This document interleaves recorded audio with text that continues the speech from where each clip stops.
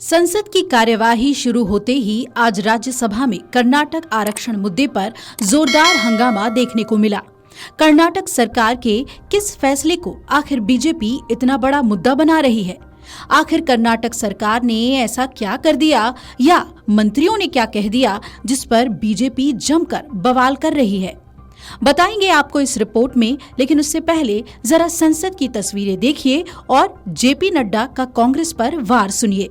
सभापति जी, बहुत दुख के साथ कहना पड़ता है कि जिस तरीके से कांग्रेस पार्टी बहुत संविधान की रक्षक बनती है, वो संविधान के बारे में जिस तरीके से उन्होंने उसकी धज्जियां उड़ाने का प्रयास किया है। संविधान में डॉक्टर बाबा साहब अंबेडकर ने स्पष्ट लिखा है और कहा है कि रिजर्वेशन धर्म के आधार पर नहीं होगा। Reservation will not be done on the basis of religion. This is an accepted principle of the constitution of India. लेकिन साउथ में कांग्रेस की सरकार में रिजर्वेशन कॉन्ट्रैक्ट में 4% का रिजर्वेशन का पारित किया जाता है। कॉन्ट्रैक्ट में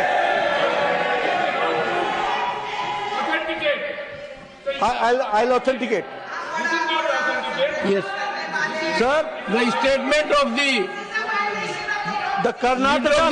Karnataka में leader of the house. Yes. The statement to which reference has been made by the Honorable Parliamentary Affairs Minister, that a constitutional functionary holding position in the political party has made a statement that there will be reservation in contract for Muslim community.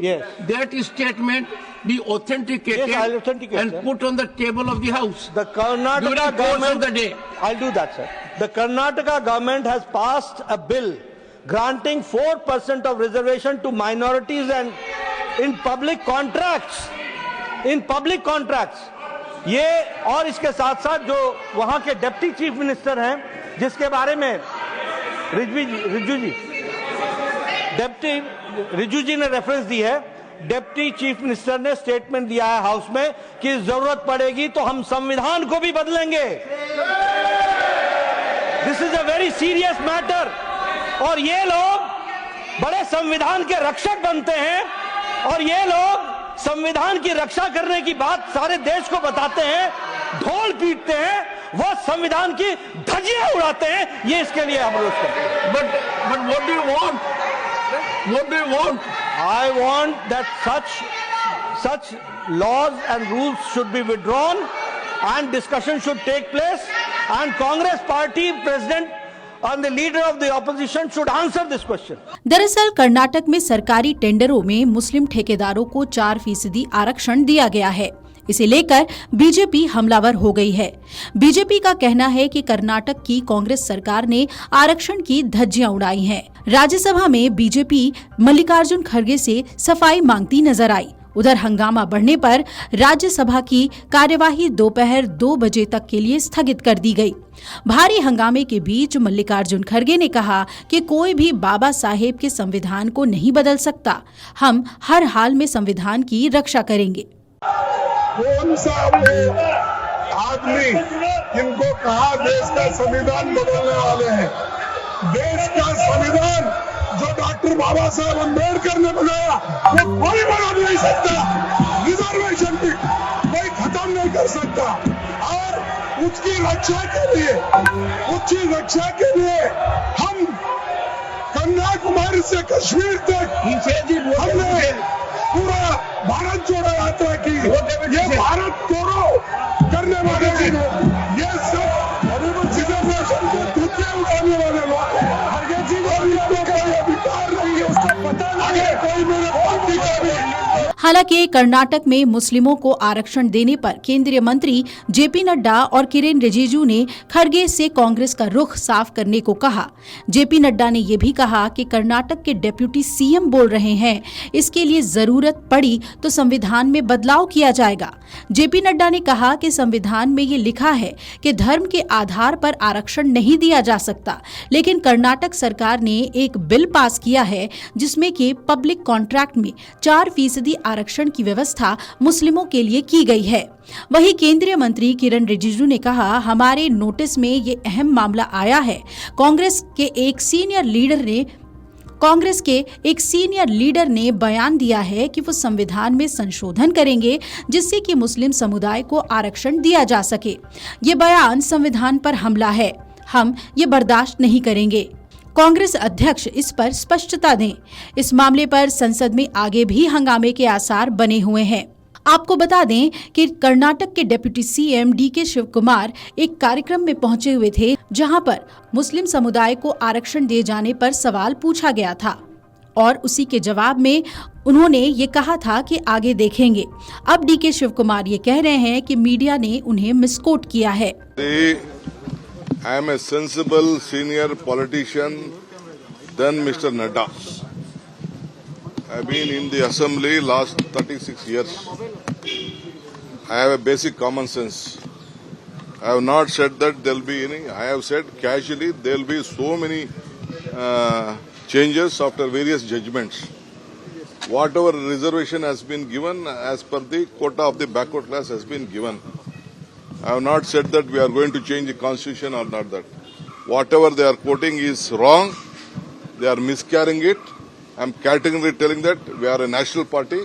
We know what is the constitution, how constitution is built. It is our party. We have brought the constitution to this country, and they are misguiding.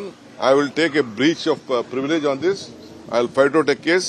They are misquoting me. I have not quoted out anything on this.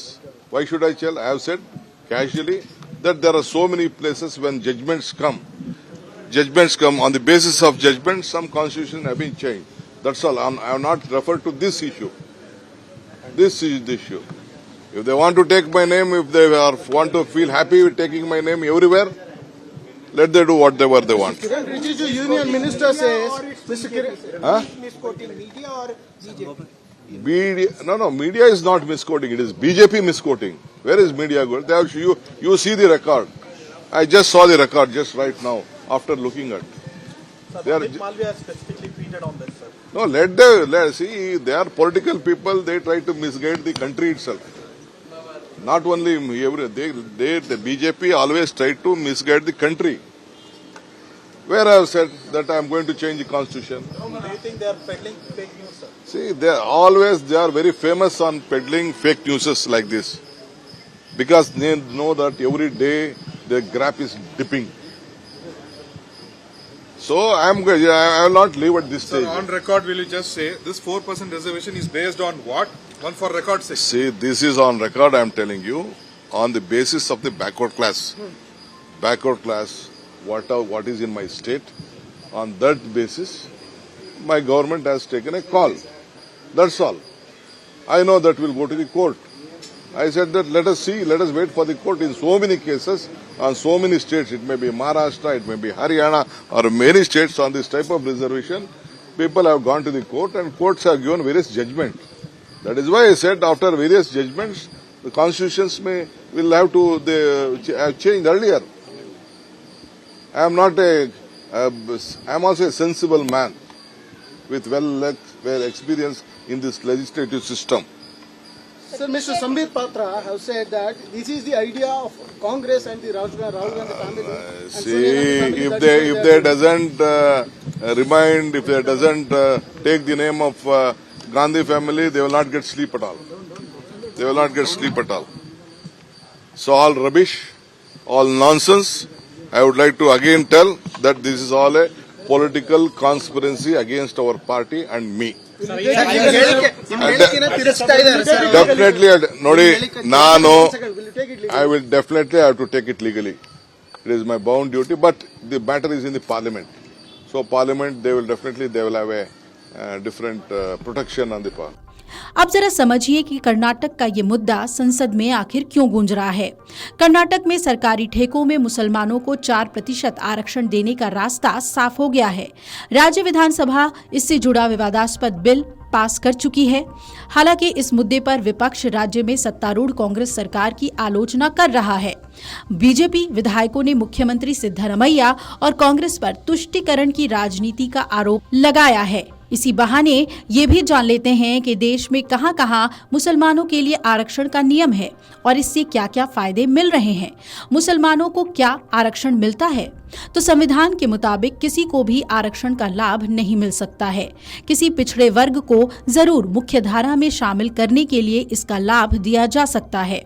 Supreme court ने भी साल 1992 में इंदिरा साहनी बनाम केंद्र सरकार के मामले में फैसला दिया था कि कोई सामाजिक समूह पिछड़ा है तो पिछड़ा वर्ग माना जाएगा। इसके लिए धार्मिक पहचान से कोई मतलब नहीं है।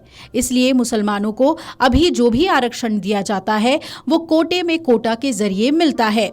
मुसलमानों के लिए अलग से कोई आरक्षण नहीं है। इनकी जो जातियां SC, ST या OBC में हैं, उनको इसी वर्ग में आरक्षण मिलता है। केंद्र और राज्यों के स्तर पर मुस्लिमों के 36 जातियों को OBC के तहत आरक्षण मिलता है। केंद्र की OBC सूची में वर्ग 1 और 2A में मुसलमानों की ये जातियां शामिल की गई हैं। हालांकि जिन मुस्लिम परिवारों की सालाना आमदनी 8 लाख रुपए से ज्यादा है, उन्हें क्रीमी लेयर के कारण आरक्षण नहीं दिया जाता। फिर भले ही वो परिवार पिछड़ा वर्ग में ही क्यों ना आता हो। जहां तक राज्यों के आरक्षण की बात है, देश में कई ऐसे प्रदेश हैं जहां मुसलमानों को OBC वर्ग में आरक्षण मिलता है। केरल में OBC के लिए कुल 30% आरक्षण की व्यवस्था है। इसके अंदर ही मुस्लिम OBC जातियों का कोटा है। इसमें OBC मुसलमानों को नौकरियों में 8% और हायर एजुकेशन में 10% का कोटा दिया जाता है। अब बात करें तमिलनाडु की, जहां OBC मुसलमानों को 3.5% आरक्षण का लाभ मिलता है। हालांकि यहां OBC कोटे में मुसलमानों की 95% जातियां शामिल हैं। वहीं बिहार में मुसलमानों की कई जातियां अति पिछड़ा वर्ग में आती है। वहां इस वर्ग में शामिल जातियों उपजातियों को 18% आरक्षण का फायदा मिलता है। कर्नाटक में तो सभी मुसलमानों के लिए 4% आरक्षण की व्यवस्था है और अब ठेके में भी उन्हें इसका लाभ मिलेगा। कर्नाटक में OBC को 32% आरक्षण दिया जाता है। इसकी कैटेगरी 2A में मुसलमानों की सभी जातियों को शामिल कर लिया गया है। इनके लिए 4% आरक्षण की व्यवस्था की गई है। तेलंगाना में OBC मुसलमानों को 4% आरक्षण का लाभ मिलता है। ऐसे में उत्तर प्रदेश में मुसलमानों की 28 जातियों को OBC आरक्षण का लाभ मिल रहा है। आंध्र प्रदेश में कई बार मुसलमानों को आरक्षण देने का प्रयास किया गया, लेकिन इसमें पेंच फंसा है। पहली बार साल 2004 में आंध्र में मुसलमानों को सामाजिक, आर्थिक और शैक्षणिक रूप से पिछड़ा बताकर OBC कोटे में इनके लिए 5% आरक्षण की व्यवस्था की गई, लेकिन अदालत ने इसे रद्द कर दिया था। इसके बाद आंध्र प्रदेश के पिछड़ा वर्ग आयोग ने सभी मुसलमानों को पिछड़ा वर्ग में मान लिया, तो साल 2005 में फिर से सभी मुसलमानों को 5% आरक्षण देने की व्यवस्था की गई। हालांकि तब भी कोर्ट ने उसे रद्द कर दिया। अब साल 2010 में मुसलमानों की कुछ ही जातियों को 4% आरक्षण देने की व्यवस्था की गई, लेकिन कोर्ट ने इस आधार पर इसे रद्द किया था कि आरक्षण से पहले राज्य में कोई सर्वे ही नहीं किया गया था। अब आंध्र प्रदेश में आरक्षण का ये मामला सुप्रीम कोर्ट में विचाराधीन है। मुसलमानों की पिछड़ी जातियों को राज्यों और केंद्र की ओर से आरक्षण में वो सभी सहूलियतें मिलती हैं जिनका लाभ पिछड़ा वर्ग में शामिल दूसरी जातियों को मिलता है। इनमें शैक्षणिक संस्थानों में प्रवेश से लेकर नौकरियों तक का फायदा शामिल है। वोटों की लहलहाती फसल को काटने के लिए ज्यादातर राजनीतिक पार्टियां न सिर्फ मुसलमानों बल्कि अपनी अपनी सुविधा के हिसाब से किसी भी जाति, धर्म, समुदाय को फायदा पहुंचाने की कोशिश करते नजर आते हैं। ये सिलसिला फिलहाल रुकने की कोई संभावना दूर दूर तक नहीं दिखाई देती, लेकिन बीजेपी इसे बड़ा मुद्दा बना चुकी है। संसद में जिस तरीके से इस मामले को उठाया गया है, उस पे देखना होगा कि कर्नाटक सरकार कितना घिरती है। Video desk amarujala.com। अगर आप ये वीडियो YouTube पर देख रहे हैं तो हमारे चैनल को सब्सक्राइब कर बेल आइकन दबाएं और Facebook पर देख रहे हैं तो हमारे पेज को लाइक करें। 8 मिलियन प्लस सब्सक्राइबर। आपके इस भरोसे के लिए बहुत धन्यवाद।